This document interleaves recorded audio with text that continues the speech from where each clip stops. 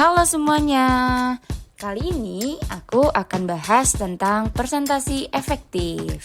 Untuk menciptakan presentasi yang efektif guna untuk mempermudah segala jenis keperluan, kita harus melewati beberapa tahapan nih teman-teman. Tahapan yang pertama adalah planning atau perencanaan. Tahapan yang kedua adalah preparation atau persiapan. Dan tahapan yang ketiga adalah presentation atau presentasi. Nah, pada video kali ini kita akan membahas tentang planning atau perencanaan. Nah, sebelum masuk ke materinya, di sini ada tujuan pembelajarannya nih. Setelah menonton video ini, diharapkan mahasiswa dapat mampu melakukan tahapan perencanaan produksi media presentasi yang efektif dengan baik dan benar.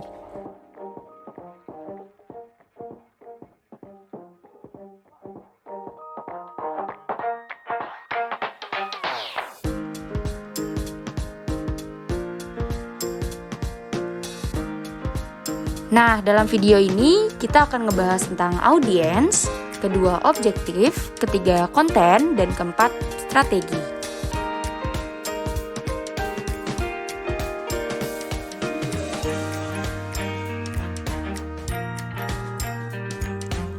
Tahap planning adalah salah satu bagian dari tahap-tahap membuat presentasi yang efektif.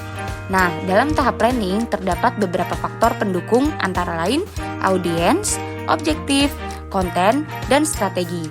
Yuk kita bahas satu-satu agar kalian dapat mengerti. Pembahasan yang pertama adalah audiens. Sangat penting loh untuk mengetahui siapa saja yang menjadi target presentasi Anda. Hal pertama yang harus dilakukan adalah dengan mencari tahu karakteristik dari audiens, seperti berapa rentang usianya, ada berapa banyak yang akan menonton atau menyaksikan presentasimu. Hal kedua adalah mencari tahu latar belakang pendidikannya, seperti apakah mereka berada di bangku SD, SMP, SMA, kuliah, atau bahkan bekerja. Bagaimana pengetahuan awal mereka tentang suatu hal yang akan dibahas. Dan hal terakhir adalah kita mencari tahu tentang latar belakang budaya dan karakteristik sosial serta ekonomi suatu audiens. Anda mungkin tidak akan dapat menggambarkan audiens kalian secara rinci, tetapi pengetahuan tentang karakteristik mereka yang relevan dengan presentasi kalian akan membantu kalian untuk mendesain presentasi kalian agar dapat efektif dan mencapai tujuan. Pembahasan yang kedua adalah objektif. Objektif ialah hal-hal apa yang dibutuhkan oleh audiens kalian untuk melakukan, mengetahui, merasakan sesuatu sebagai hasil dari presentasi yang telah kalian sajikan. Objektif dikelompokkan menjadi 3 kategori, antara lain yang pertama psikomotor, berkaitan dengan keterampilan fisik seperti membangun, memanipulasi, atau melakukan sesuatu.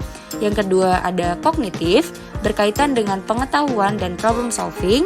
Dan yang ketiga ada afektif, berkaitan dengan perasaan dan apresiasi terhadap sesuatu.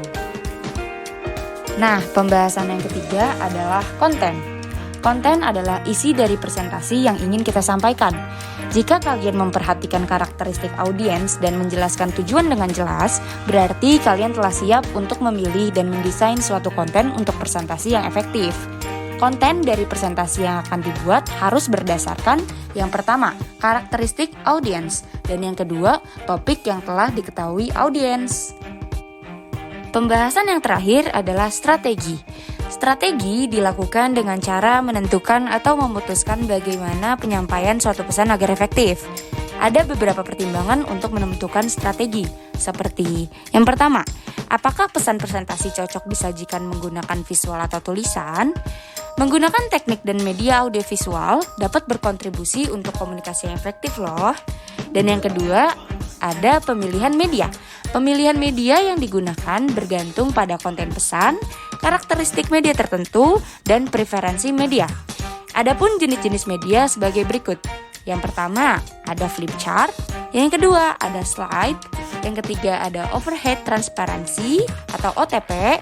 Yang keempat, ada rekaman video. Yang kelima, ada kamera video presentasi.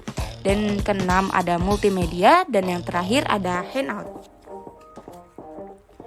Nah, sekian nih pembahasan dari tahap planning atau perencanaan. Nah, yang bertanya-tanya dari mana dapat referensinya? Aku dapat referensi dari buku Effective Presentation by Dennis Pett and Trady Wilson tahun 1997. Sampai jumpa di video selanjutnya, semoga bermanfaat. Dadah!